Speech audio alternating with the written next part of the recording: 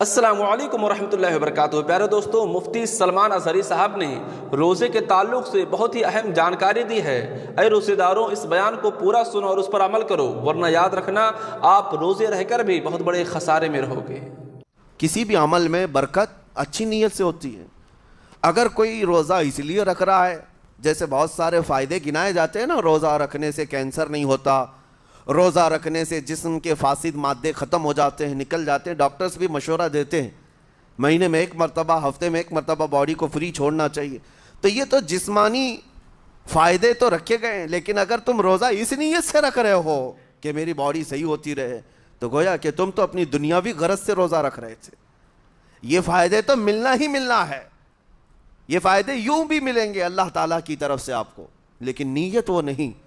روزہ رکھنے کی نیت یہ ہو کہ میرا رب مجھ سے راضی ہو جائے اور مجھے رب تبارک و تعالیٰ کا خوف اور تقوی حاصل ہو جائے۔ نیت میں برکت ہے، اور جن کاموں کو آپ اچھی نیت سے کریں گے اسی طرح ان کاموں میں اثر بھی پیدا ہوگا۔ روزہ رکھنے سے پہلے آج نیت یہی کریں کہ مولا تعالیٰ یہ روزہ میرے تمام برے اعمال کے لیے کفارہ ہو جائے، یہ ڈھال بن جائے۔ جانتے ہیں آپ، اپنے نفس امارہ کو روکنے کا سب سے بہترین آلہ بھوک ہے۔ بھوک، جتنا آدمی بھوک کے ذریعے سے اپنے نفس کو مار سکتا ہے، دوسری کوئی چیز نہیں ہے۔ آپ دیکھیں اس رمضان المبارک میں بہت ساری حلال چیزیں آپ کو حرام کر دی گئی ہیں، یعنی سحری سے لے کر افطاری تک۔ میں یہ نہیں کہہ رہا کہ شراب پینا حرام ہے، نشہ کرنا حرام ہے، وہ تو پوری زندگی بھر حرام ہے، لیکن آپ کو چاول روٹی تو حلال ہے نا، سبزے سیب پھل فروٹ تو حلال ہے، لیکن یہ حلال چیزیں بھی اللہ نے آپ پر حرام رکھی ہیں، روزے کے عالم میں نہیں کھا سکتے۔ سحری سے لے کر افطار تک یہ حلال لقمے، پانی تو حلال ہے، پاک ہے، لیکن آپ کے لیے روزے کے عالم میں حرام ہے۔ اسی طرح شادی شدہ مرد اپنی عورت کے ساتھ زندگی بھر کبھی بھی جمع کر سکتا ہے، رات میں سو سکتا ہے، لیکن حالت روزہ میں وہ حلال کام بھی حرام ہے۔ حلال کام بھی حرام ہے، اپنی عورت سے جمع کرنا حالت روزہ میں کیوں روکا گیا؟ کھانا پینا بھی حلال تھا، عورتوں کے ساتھ شباشی بھی حلال تھی، لیکن روزے کے عالم میں ان حلال چیزوں کو روکا گیا۔ تو آپ سوچ سکتے ہیں اس چیز کو، سوچ سکتے؟ وجہ یہ ہے کہ حلال چیزوں سے آپ کو روک کر بڑے حرام چیزوں سے بچانا مقصود ہے۔ آج اگر اپنے آپ میں اتنا کنٹرول کر لے جاؤ کہ چند حلال چیزوں سے دن بھر بچ سکتے ہو، انشاءاللہ رمضان کے بعد بڑی حرام چیزوں سے بھی اللہ آپ کو محفوظ رکھے گا۔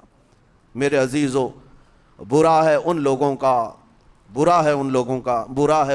کا جن کو میرے آقا صلی اللہ تعالیٰ علیہ وسلم نے دعائے ہلاکت فرمائی۔ اس سے بدنصیب کوئی ہو سکتا ہے جن کے لیے رسول رحمت صلی اللہ تعالیٰ علیہ وسلم کی دعائے ہلاکت ہوئی ہو؟ حضور صلی اللہ تعالیٰ علیہ وسلم ایک دن مسجد نبوی شریف میں تشریف لے جا رہے تھے، منبر پر آپ نے قدم رکھا، آمین کہا، پھر دوسرے زینے پر قدم رکھا، آمین کہا، تیسرے زینے پر قدم رکھا، آمین کہا۔ خطبہ مکمل کیا، صحابہ نے پوچھا یا رسول اللہ صلی اللہ علیہ وسلم، ہر زینے پر آپ قدم رکھتے ہوئے آمین کس لیے کہہ رہے تھے؟ سنو، رسول پاک صلی اللہ علیہ وسلم ارشاد فرماتے ہیں کہ میں جب پہلے زینے پر قدم رکھا تو سید الملائکہ جبرائیل امین آئے اور دعا کرنے لگے۔ کیا دعا کیا؟ یوں کہا، یا رسول اللہ صلی اللہ علیہ وسلم، وہ شخص ہلاک و برباد ہو جائے جو آپ کا نام سنے اور پھر اس کے بعد درود نہ بھیجے۔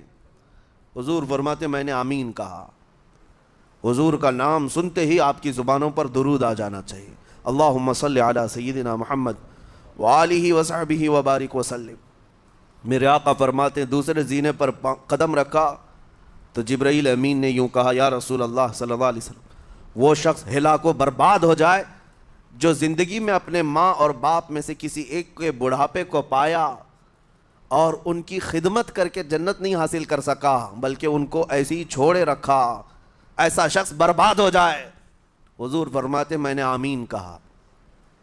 پھر جبرائیل امین نے کہا، تیسرے زینے پر قدم رکھتے ہی میرے آقا فرماتے ہیں جبرائیل نے یوں دعا کی کہ اے اللہ کے رسول، وہ شخص ہلاک و برباد ہو جائے جو رمضان کا مہینہ پایا لیکن اس کا ادب نہیں کر سکا، اس کا احترام نہیں کر سکا۔ حضور فرماتے میں نے اس پر بھی آمین کہا۔ جس کی ہلاکت کے لیے جبرائیل امین دعا کر رہے ہوں اور اس دعا پر سید الانبیاء آمین کہہ رہے ہوں، ایسے شخص کی بربادی کا کیا انجام ہو سکتا ہے؟ وہ کتنا بد نصیب ہوگا۔ اسی لیے میرے عزیزوں، مسلمانوں میں یہ رواج ہی نہیں ہونا چاہیے کہ اٹھ کر کے پوچھتے رہیں روزہ ہے کہ نہیں ہے، روزہ ہے کہ نہیں ہے۔ مسلمان ہے تو روزہ ہے، اور یہ کوئی آپشنلی عبادت نہیں ہے کہ 4 رکھ لیا 2 نہیں رکھا، آپشنلی نہیں، یہ فرض عین ہے۔ ایک روزے کو چھوڑنے کا گناہ فرمایا گیا 600 سال تک اسے دوزخ میں رکھا جائے گا، 600 سال تک۔ یہ معمولی چیز نہیں ہے۔ اور جن کے پچھلے روزے قضا ہو چکے ہیں معاف نہیں ہوں گے، تھپڑ مار لیں گال پہ، توبہ توبہ کر لیں، معاف نہیں ہوں گے۔ توبہ تو کرنے کے ساتھ ساتھ قضا بھی کرنا ہوگا۔ جب موقع ملے سال بھر میں اپنے چھوٹے ہوئے روزوں کو واپس کرنا ہے۔